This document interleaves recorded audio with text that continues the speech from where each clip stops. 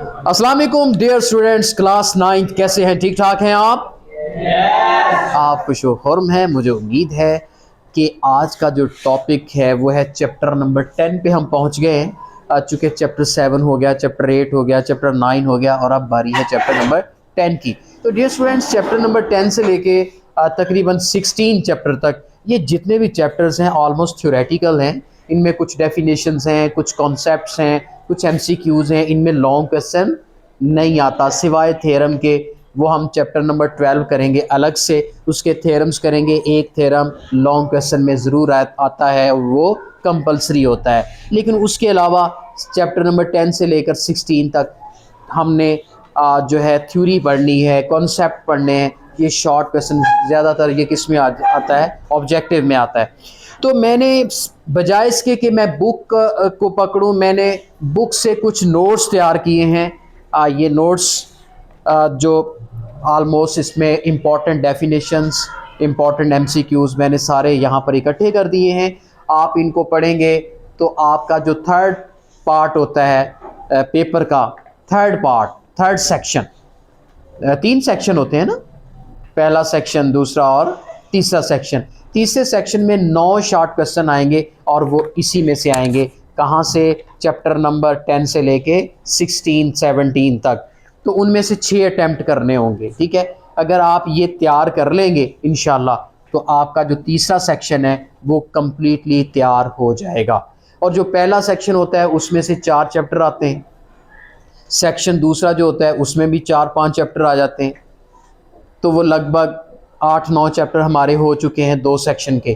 तीसरा सेक्शन जो है वो हमने ये जो नोट्स हैं यहाँ से तैयार करना है, ठीक है। तो हर चैप्टर, मसलन ये चैप्टर 10 है, इसमें डेफिनेशन यानी शॉर्ट क्वेश्चन तकरीबन 17-18 शॉर्ट क्वेश्चन है और कुछ एमसीक्यूज़ बने हुए हैं। एमसीक्यूज़ इसके तकरीबन कोई 27-28 एमसीक्यूज़ हैं। तो एमसीक्यूज़ करने से पहले हम इनकी शॉर्ट डेफिनेशंस पढ़ेंगे, क्योंकि डेफिनेशन से ही क्या बनते हैं? एमसीक्यूज़। तो चलते हैं चैप्टर नंबर 10 की पहली डेफिनेशन की तरफ। जी, पहली डेफिनेशन क्या है? What is mean by congruency of triangles. और आप देख रहे हैं कि नीचे इसकी डेफिनेशन जो है वो क्या लिखी हुई है। डेफिनेशन आपने यही याद करनी है। मैं सिर्फ इसको क्या करूँगा, इसके कॉन्सेप्ट को समझाने की कोशिश करूँगा। जी, डेफिनेशन क्या है जी? Two triangles are said to be congruent if there exists a correspondence between them such that all the corresponding sides and angles are congruent. Dear students, इस डेफिनेशन को छोटा भी किया जा सकता है। मतलब आप इसको यूं लिख दें, if two triangles are said to be congruent if all the corresponding sides and angles are congruent. बस अब मैं इसकी तफसील बता दूं। एक ये ट्रायंगल है, एक ये ट्रायंगल है। ये दोनों कॉन्जुरेंट कब हो? जब इसका ये एंगल इसके इस वाले एंगल के इक्वल हो। कॉरेस्पॉन्ड का मतलब होता है जो उस ये एंगल है तो उसके सामने वाला दूसरे ट्रायंगल का एंगल, ये उसका क्या है? कॉरेस्पॉन्ड। ओके। अगर ये एंगल फर्ज किया 30 का है तो ये भी कितना होना चाहिए? 30। मिसाल के तौर पर इस ट्रायंगल का नाम मैं रख लेता हूँ ABC, इसका नाम रख लेता हूँ DEF।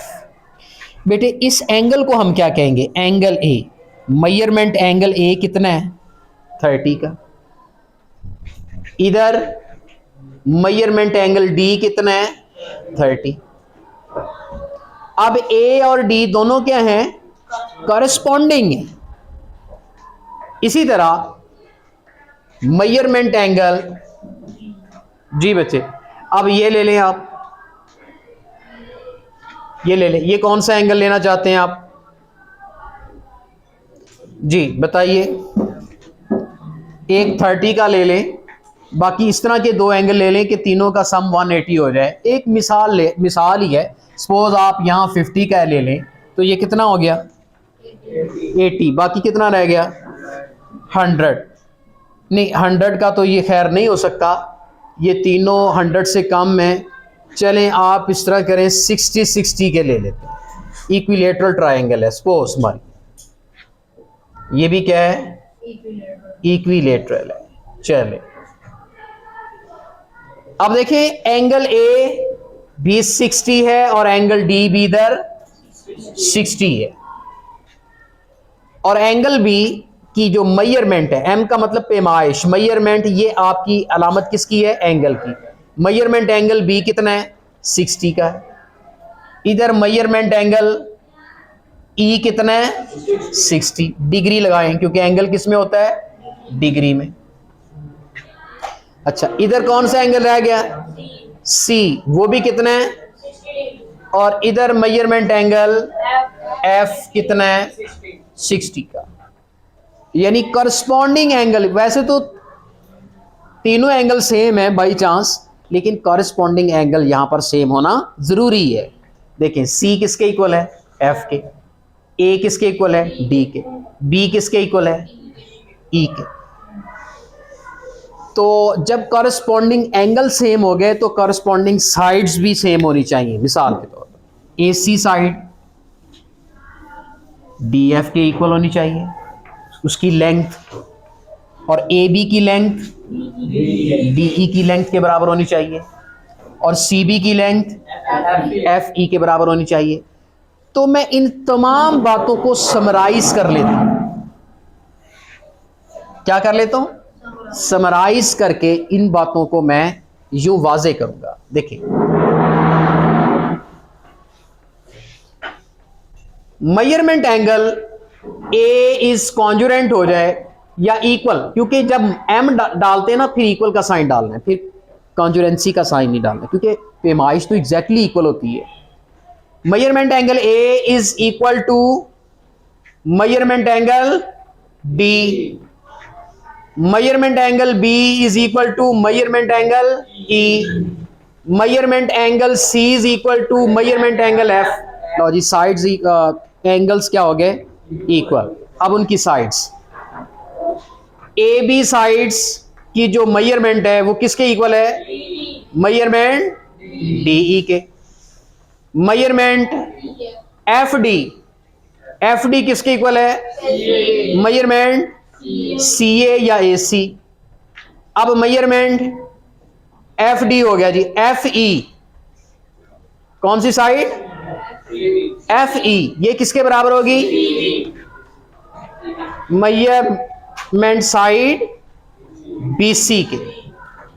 देखिए तीन साइड्स इक्वल, जब तीन एंगल्स इक्वल हो जाएं, hence we can say that both the triangles are congruent because their corresponding sides are also congruent and their corresponding angles are also congruent, hence they are said to be congruent। तो definition क्या हुई, आपने congruent triangle की definition कैसे लिखनी है, two triangles are said to be congruent if their corresponding angles are congruent, congruent का मतलब equal ही होता है, and if their corresponding sides are also congruent। बस ये डेफिनेशन है। Is it clear? तो पहली डेफिनेशन जी चैप्टर नंबर 10 की हो चुकी और बड़ी इंपॉर्टेंट है। और नीचे मिसाल के तौर पर आपने दो ट्राइंगल्स बना लेनी है। ये जरूरी नहीं कि आपने उनकी पैमाइशें लिखनी है, आप बेशक उनकी पैमाइशें ना लिखें जी, बस ऐसे ही रख दें। अब मेंशन कर दें कि यहाँ का एंगल ए एंगल डी के बराबर है, एंगल सी एंगल एफ के बराबर है, एंगल बी एंगल ई के बराबर है, ये वाली साइड इसके बराबर, ये वाली साइड इसके बराबर, ये वाली साइड इसके बराबर, ये उनके नाम वाजे कर दें तो फिर क्या ही बात है, फिर आपकी प्रेजेंटेशन अच्छी हो जाएगी। डेफिनेशन लिखने के साथ नीचे उसका स्केच भी बना दें। Is it clear? तो चलते हैं नेक्स्ट डेफिनेशन की तरफ, इसको करते हैं race.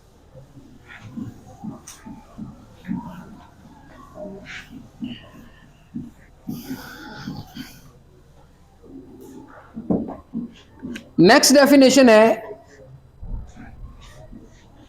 What do you mean by S A S, S A S congruent S A S postulate। इसे पॉस्टुलेट कहते हैं, रूल को, लॉ को। किसे कहते हैं? अब इसकी डेफिनेशन देखें, आपके सामने मैंने डिस्प्ले की हुई है, यहां पर देख रहे हैं, लेकिन इसकी जरा वजाहत कर दूं। डेफिनेशन हम बाद में पढ़ेंगे, पहले इसकी वजाहत पढ़ लें कि इसका क्या मतलब है। बेटे इसका मतलब ये है, ऐसे एस का मतलब कि एक ट्रायंगल है ये, दूसरी ये। बिल्कुल मेरी पिछली डेफिनेशन के साथ साथ ये बात भी समझ आ जाएगी, ये उससे मिलती जुलती डेफिनेशन है कि अगर किसी ट्रायंगल की एक साइड कोई सी भी, ये वाली या ये वाली ले लें, या ये वाली ले लें, या एक साइड और फिर एक साइड, यानी ये साइड एस इसके बराबर और ये साइड, और बीच का एक एंगल ये वाला, ये क्या है? एंगल। अगर ये आपस में कॉन्जुरेंट हो जाए और बकिया साइड और बकिया एंगल, उनको मेजर करने की जरूरत नहीं। तीन चीजें अगर पार्ट्स इसके और तीन पार्ट्स इस ट्रायंगल के अगर कॉन्जुरेंट हो जाएं, तो then we can say that both the triangles are congruent. हम कह सकते हैं कि ये दोनों ट्रायंगल्स क्या हैं? कॉन्जुरेंट। भाई जब दो साइड्स इक्वल हो गई तो थर्ड साइड तो लाजमी तौर पे उसके इक्वल होगी। जब एक एंगल इक्वल हो गया तो फिर बकिया एंगल इसलिए इक्वल होंगे कि ये साइड के सामने वाला एंगल और इस साइड के सामने वाला एंगल वो भी बराबर होंगे, क्योंकि ये दोनों साइडें इक्वल हैं। जब ये साइड इस साइड के इक्वल है तो इस साइड का ऑपोजिट एंगल ये वाला और इस साइड का ऑपोजिट एंगल ये वाला, ये भी इक्वल हो जाएंगे, क्योंकि ये दो साइड्स इक्वल है।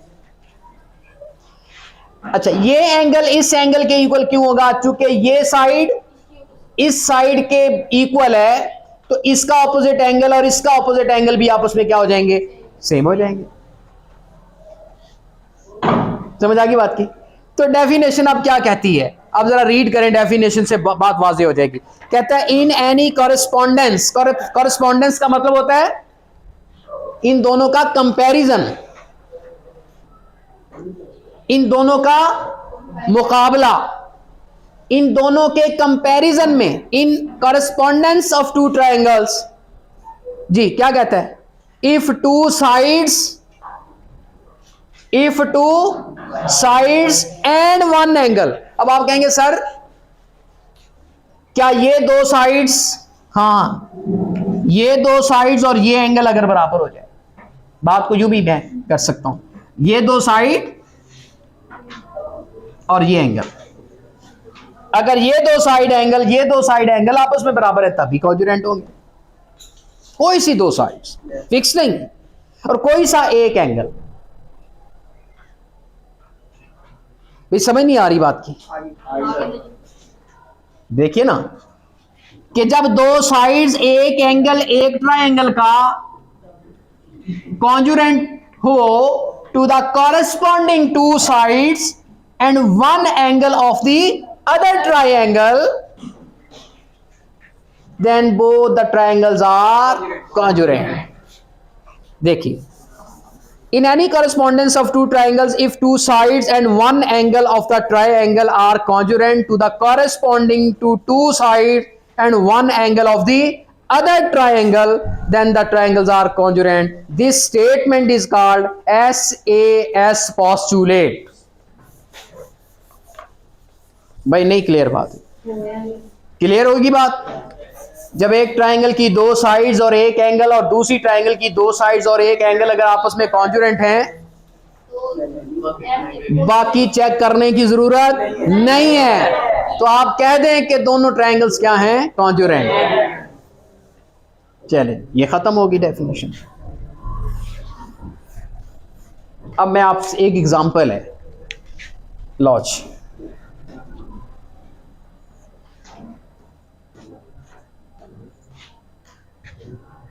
एग्जाम्पल है, ये साइड 2 है, ये 2 है, ये 3 है, ये भी 3 है। बताएं दोनों ट्रायंगल्स कॉन्जुरेंट हैं?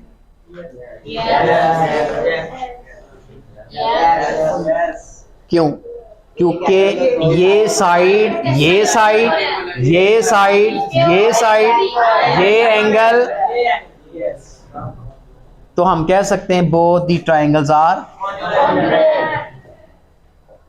क्योंकि दो साइड इसकी एक एंगल, दो साइड इसकी एक एंगल बराबर, दोनों ट्राइंगल्स कॉन्जुरेंट हो गए। ये उस डेफिनेशन की एक एग्जांपल। अब हाइपोटेन्यूज चेक करने की जरूरत नहीं। क्यों? चूंकि जब ये एंगल इस एंगल के बराबर है तो इसकी ऑपोजिट साइड और इसकी ऑपोजिट साइड भी तो आपस में क्या होगी? इक्वल ही होगी। Is it clear? अच्छा, फिर आप कहेंगे सर चले मान लिया ये साइड इस साइड के इक्वल बन गई, एंगल इक्वल कैसे होगा ये वाला इसके? अब ध्यान करना, जब ये साइड 3 है, ये साइड 3 है, जब ये दो साइड्स इक्वल है तो इनके ऑपोजिट एंगल भी आपस में क्या होंगे? चलो, इस साइड का ऑपोजिट एंगल ये है ना, ऑपोजिट एंगल क्या होता है? उसके बिल्कुल ऑपोजिट सामने। अच्छा, फिर आप कहेंगे सर ये एंगल इस एंगल के इक्वल किस लॉजिक के तहत होगा?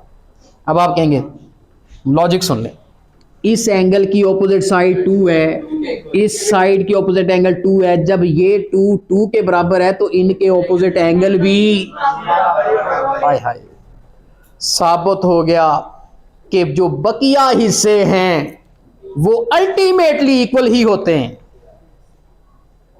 इसलिए उनको यूं कह देना कि दोनों ट्रायंगल्स कॉन्जुरेंट हैं, कोई बुरा नहीं है, कोई गलत नहीं है। Is it clear? चले जी, अगला क्वेश्चन, अगली डेफिनेशन उसमें है दो ट्रायंगल्स बनी हुई हैं ए बी सी, दूसरी ये बनी हुई है 80 40, ये एक्स एंगल है, ये 40 है, ये 80 है, ये 60 है, इसका नाम M है, L N, और दोनों ट्रायंगल्स क्या हैं? कॉन्जुरेंट। ये भी बता दिया गया है, both the triangles are congruent, find the value of x। यानी यूं बताया हुआ है कि triangle ABC is congruent to triangle LMN, और पूछा क्या है? Find x। आप देखें, चेक करें। अब आप कहेंगे सर ये किस तरह? भाई एक उल्टी है एक सीधी है, आप इसको भी सीधा कर दें तो बराबर नजर आएगी आपको। एक उल्टी ट्रायंगल नजर आ रही है, एक सीधी है। आप देखें कि 40 का करस्पॉन्ड 40 है, 80 का करस्पॉन्ड 80 एंगल है।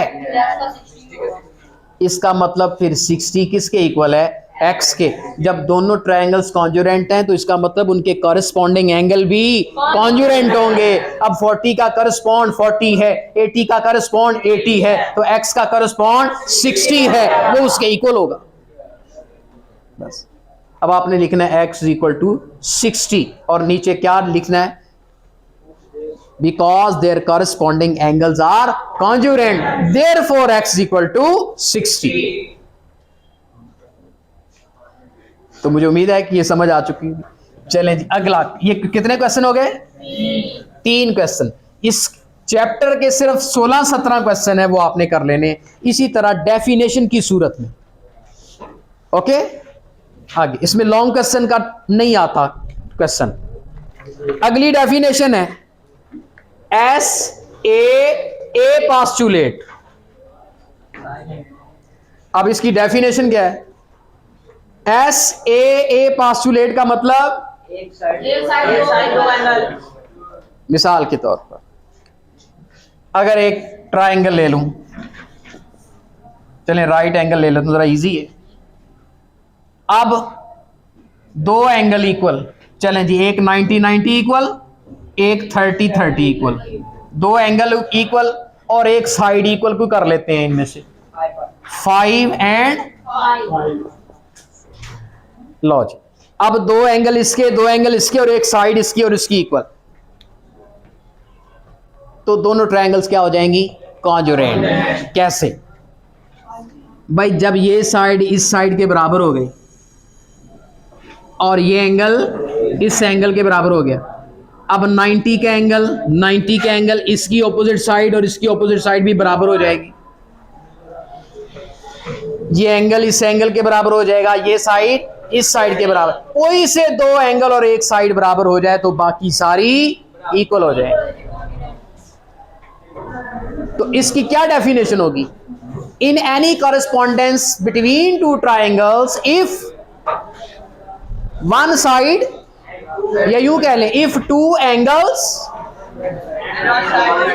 And one side of a triangle are congruent to the corresponding two angle and one side of the other triangle, then both the triangles are congruent.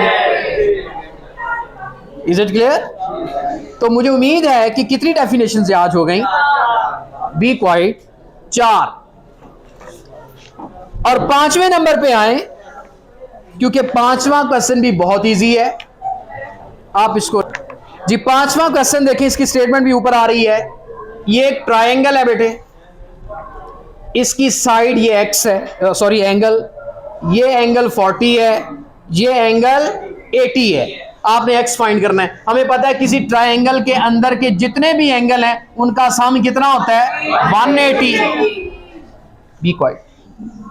40 और 80 कितना होता है? 120 इज इक्वल टू 180। एक्स की value कैसे आएगी? 120 180 में से minus कितना रह गया? 60। इसका मतलब ये एंगल कौन सा होगा? 60 डिग्री का। तो डियर स्टूडेंट्स, अब हम आ रहे हैं अगले क्वेश्चन की जानिब, जो कि क्वेश्चन नंबर 6 है। और यहाँ पे लिखा है what is isosceles triangle. Isosceles triangle के बारे में वैसे ही आपको पता है, ऐसी ट्रायंगल जिसकी दो साइड्स इक्वल हों। मिसाल के तौर पर हम फर्ज कर लेते हैं ये साइड इस साइड की इक्वल है, but this side is different, so this is called isosceles triangle having two sides equal. चलें जी, ये क्वेश्चन कंप्लीट। आपने एक डायग्राम भी बना देनी है। क्वेश्चन नंबर 7 देखें, that is very very important. Question number 7 को देखें। आपको क्वेश्चन नंबर 7 में ये डायग्राम दी हुई होगी, अक्सर ये बोर्ड में आई है।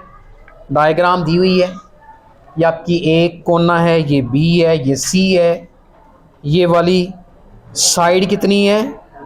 सॉरी 5m - 3, ये वाली साइड है 2m + 6। ये एक एंगल दिया हुआ है, कि ये एंगल दिया हुआ है। ये वाला एंगल कितना है? 55 डिग्री। और ये एंगल कितना है? 5x + 5। बस। और पूछ क्या रहा है? यहां पर m फाइंड करना है और x फाइंड करना है। तो डियर स्टूडेंट्स, यहां पर फाइंड करना है m और x फाइंड करना है। मुझे नजर आ रही हैं दो ट्राइंगल्स। आप हैं दो right angle triangle. Is it clear? बिल्कुल। अब यहाँ पे देखें, ये भी 90 का एंगल है, ये भी 90 का एंगल है। दो राइट एंगल ट्राइंगल नजर आ रही हैं और दोनों ट्राइंगल आपस में क्या है? कॉन्जुरेंट है। कैसे भाई? ये एक एंगल बराबर, ये वाला एंगल इस एंगल के बराबर, ये वाली साइड इस साइड के बराबर, और ये कॉमन साइड है दोनों की। तो कहता है फाइंड करें, बल्कि ऊपर भी दे रखा है कि दोनों ट्राइंगल्स क्या हैं? कॉन्जुरेंट हैं। Find the value of unknown the given congruent triangles. ये उसने खुद ही कहा हुआ है। जब उसके कहने पर हम ये मान ही लिया दोनों ट्राइंगल्स कॉन्जुरेंट हैं, तो फिर इसका मतलब क्या हुआ कि कॉरेस्पॉन्डिंग एंगल क्या होंगे? इक्वल होंगे। मतलब कि मैं इस 55 को इज इक्वल लूंगा किसके? 5x + 5 के। इसके इक्वल लूंगा ना मैं।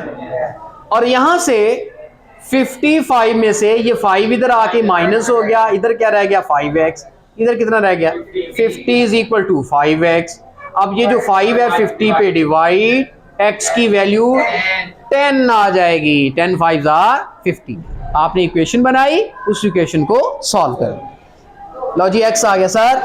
अब ये वाली साइड ये लेंथ है और ये वाली साइड ये वाली लेंथ है, तो दोनों लेंथ आपस में क्या है? इक्वल। और फिर उनकी वैल्यूज भी क्या हो जाएंगी? इक्वल। तो यहां पर देखें 5m - 3 is equal to 2m + 6। Equal कर ली। अब इस 5m में 2m इधर आके क्या हो गया माइनस, और -3 6 की तरफ प्लस, 5 में से 2 गया 3m, 9, m की वैल्यू 9 डिवाइडेड बाय 3, m की वैल्यू 3 और x की वैल्यू 10 आ गई। चूंकि कॉरेस्पॉन्डिंग साइड्स इक्वल रखी, कॉरेस्पॉन्डिंग एंगल इक्वल रखे। क्यों इक्वल रखे? चूंकि ये ट्रायंगल्स कॉन्जुरेंट हैं और हमें पता है जब ट्रायंगल्स कॉन्जुरेंट होती हैं तो उनके कॉरेस्पॉन्डिंग साइड्स भी इक्वल होती हैं, कॉरेस्पॉन्डिंग एंगल भी इक्वल होते हैं। तो इस तरह से हमारे पास दो इक्वेशंस बनी और इन इक्वेशंस को सॉल्व करते हुए हमने x और m को फाइंड आउट किया है। तो मुझे उम्मीद है कि समझ आ चुका होगा, ये क्वेश्चन आसान भी था। तो चलते हैं नेक्स्ट क्वेश्चन की जानब, मेरे साथ साथ लिएगा, लेट्स गो। तो डियर स्टूडेंट्स, एक अनोखा पोस्टुलेट यहाँ पर हमारा इंतजार कर रहा है। अरे हमने पढ़ा है एस पोस्टुलेट पढ़ा था, फिर ए पोस्टुलेट पढ़ा है। अच्छा, एक ट्रिपल एस पोस्टुलेट भी होता है, यानी तीनों साइड्स अगर इक्वल हो जाएं, नहीं ट्रिपल ए एंगल तीनों बराबर हों तो ज़रूरी नहीं कि कॉन्जुरेंट हो। हाँ, तीनों साइड्स अगर इक्वल हों, ट्रिपल ए वाला कॉन्जुरेंट में नहीं आएगा, नेवर। क्यों? क्योंकि बाज़ दफ़ा यूँ होता है, एक ये ट्रायंगल देख रहे हैं आप, एक इसके अंदर ट्रायंगल बना लें। अब ये एंगल इस एंगल के बराबर, ये एंगल इस एंगल के बराबर, ये एंगल इस एंगल के बराबर, लेकिन साइड्स डिफरेंट है। इसका मतलब ये ट्रायंगल छोटी वाली और बड़ी वाली कॉन्जुरेंट नहीं है। इसका मतलब एंगल के इक्वल होने से ट्रायंगल्स कॉन्जुरेंट नहीं हो सकती। हाँ, अगर साइड्स एक जैसी हैं दोनों ट्रायंगल की, वो कॉन्जुरेंट हो सकती हैं। अगर साइड्स इक्वल हैं तो एंगल भी इक्वल होंगे, लेकिन अगर एंगल इक्वल है तो ज़रूरी नहीं कि साइड भी इक्वल हो, इसलिए वो इस कैटेगरी में नहीं आएगा। या तो तीनों साइड्स इक्वल हों तब कॉन्जुरेंट होंगी, जब दो एंगल एक साइड तब कॉन्जुरेंट होंगी, या दो साइड एक एंगल तब कॉन्जुरेंट होंगी। एक और चीज़ है, एक और पोस्टुलेट आ रहा है, HS postulate. H for hypotenuse, S for side. और जब H आ जाए, हाइपोटेन्यूज आ जाए, तो कौन सी ट्रायंगल है फिर दूसरे एंगल की बात नहीं होगी, राइट एंगल। और राइट एंगल कभी भी इक्विलेटरल नहीं होती, क्योंकि तीनों साइड्स इसकी चेंज होती हैं, बराबर नहीं होती। दो साइड्स इक्वल हो सकती हैं, लेकिन थर्ड साइड जो हाइपोटेन्यूज है वो इक्वल नहीं। आप ये जरा बड़ी ट्रायंगल है, इस पे गौर करें। ये देखिए, एक और बनाता हूं इसी तरह की।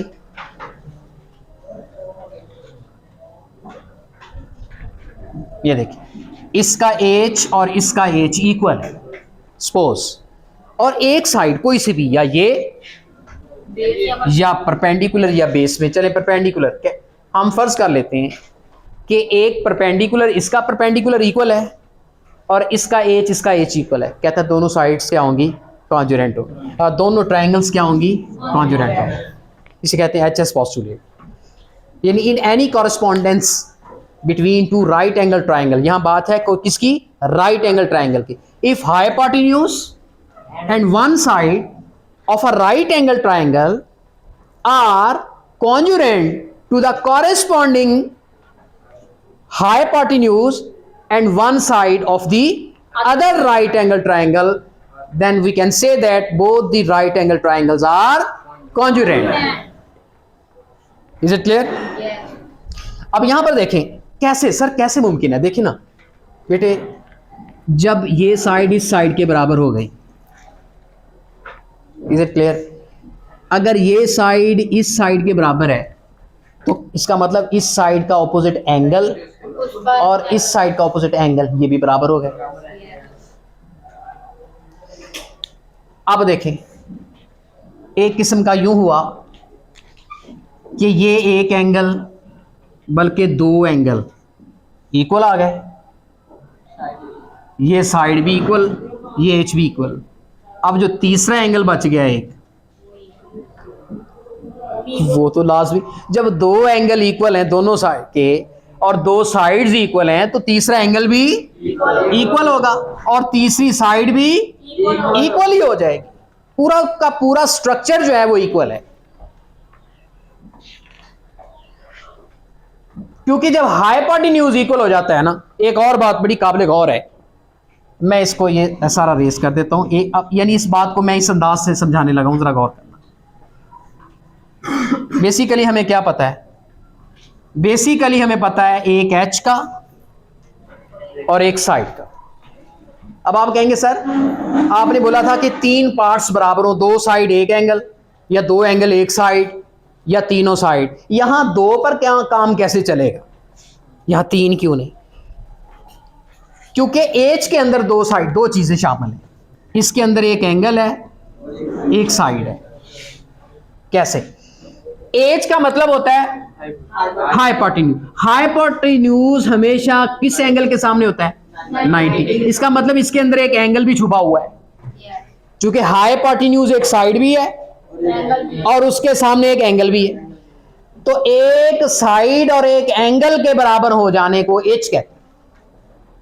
तो इसका एच अगर इक्वल है तो इसका मतलब एक एंगल 90 का इक्वल और एक ये साइड इक्वल। 2 पार्ट्स ये इक्वल हो गए, तीसरी एक साइड इक्वल, तो 3 पार्ट तो हो ही गए। Is it clear? चूंकि हाइपोटेन्यूज किस एंगल की ऑपोजिट साइड होती है? 90 की। इसका मतलब इसके अंदर एक एंगल 90 का है, इसके अंदर भी एक एंगल 90 का है, एक एक एंगल बराबर हो गया और 2 साइड्स इक्वल हो गई। तो बेसिकली यहां कौन सा पोस्टुलेट लग गया? AS 2 साइड्स और एक एंगल के बराबर हो जाने से HS पोस्टुलेट कंप्लीट हो जाता है। नहीं समझे बात को? तो HS पोस्टुलेट किस पे लगता है? Right angle triangle. तो मुझे उम्मीद है कि डियर स्टूडेंट्स आपके ये जो पहला पेज है, ये जितनी भी डेफिनेशंस हैं इंपॉर्टेंट, वो मैं आपके सामने डिस्प्ले कर चुका हूँ और समझा भी चुका हूँ, इस उम्मीद के साथ कि आपके कॉन्सेप्ट क्लियर हो चुके होंगे और आपने इनको रट्टा भी लगाना है। सबसे पहले बेसिक कॉन्सेप्ट हैं, उनको अच्छे तरीके से समझना है, उसके बाद फिर रट्टा भी लगाना होता है, क्योंकि डेफिनेशंस है याद तो करनी पड़ेंगी। अगर आप अपनी तरफ से सारी वर्डिंग लिखेंगे तो क्वेश्चन गलत हो जाता है। आपने बुक को फॉलो करना है और ये जो नोट्स बने हैं ये भी हमने बुक के मुताबिक बनाए हैं, लेकिन उनमें से वो क्वेश्चंस उठाए हैं जो बहुत बहुत इम्तिहानी नुक्ता नज़र से इम्पॉर्टेंट हैं। तो अगले कुछ क्वेश्चंस रह गए हैं, वो हमने अगले लेक्चर पर छोड़ दिए हैं। मेरा ख्याल है कि 1 2 3 4 5 6 7 8 डेफिनेशंस और हैं, वो इंशाल्लाह कल करेंगे।